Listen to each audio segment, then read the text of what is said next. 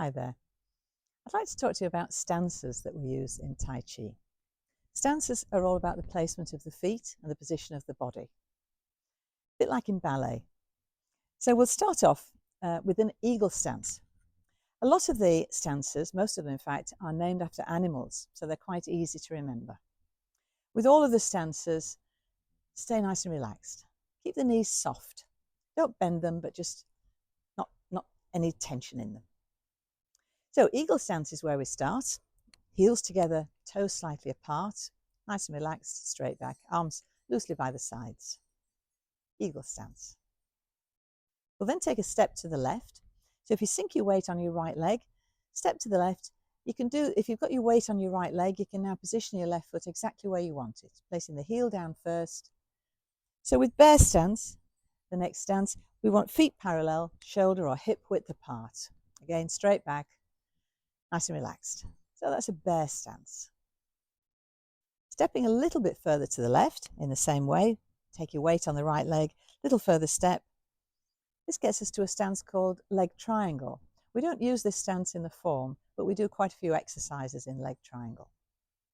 And now we transfer the weight across to one leg. So far we've had the weight evenly placed on both legs. Now we're going to transfer the weight across. This is into a leopard stance. I've now got my left knee bent, my right leg straight, feet are still parallel in that slightly wider stance. So this is a left leopard with the left knee bent, still with a straight body, arms by the sides. If I now transfer the weight across, I'm now in a right leopard, so that's with the right knee bent and the left leg straight.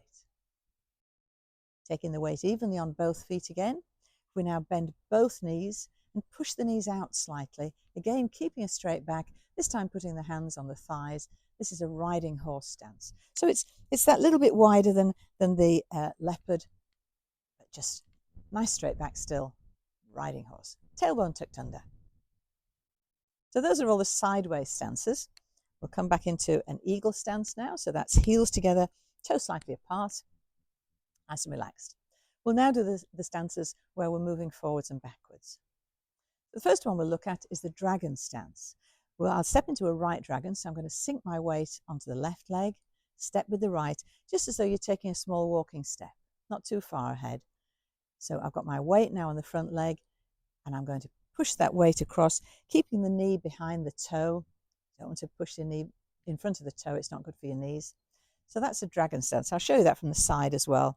So the weight's on that front foot, and I've moved my body weight across onto there. You should have about 70 or 80% of your weight on that front leg.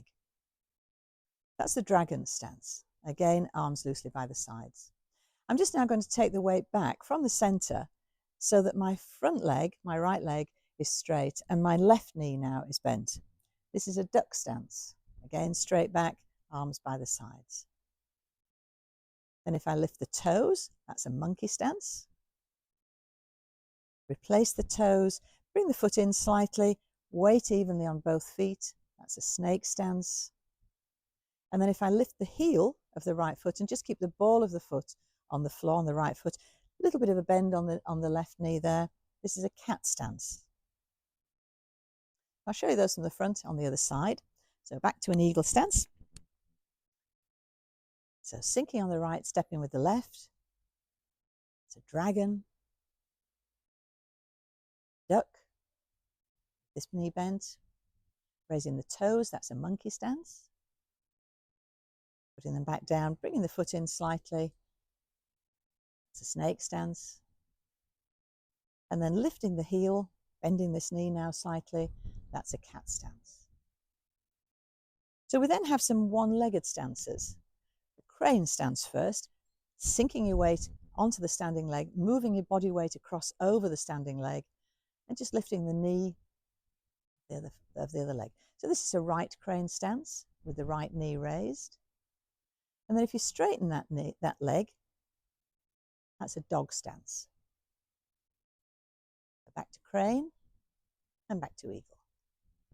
And on the other side, now sinking the weight onto the right leg, all of your weight across onto there, so that this is the heavy side. We talk about a full leg and an empty leg, and an empty leg is obviously lighter than a full leg. Think about the foot that's on the floor. Lifting the left leg now into a crane stance, Straightening that leg into dog, back to crane, and back to eagle, placing the heel down before the toe. So those are the stances. We have a few others that we use, but not so much in the form. So I think that'll do for now.